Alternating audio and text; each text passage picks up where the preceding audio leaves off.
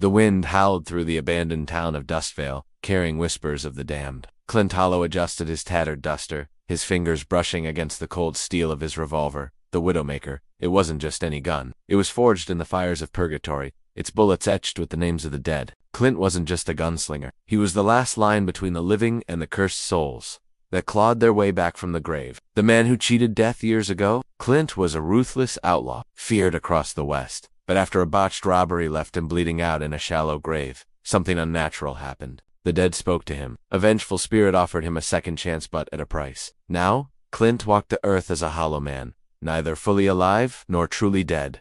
His mission, to hunt down the restless dead who refused to stay buried. Clint's weapon, the Widowmaker, didn't fire ordinary lead. Each bullet was a soul trap, binding the undead back to their graves. But every shot came with a cost. The more he used it, the more his own humanity faded.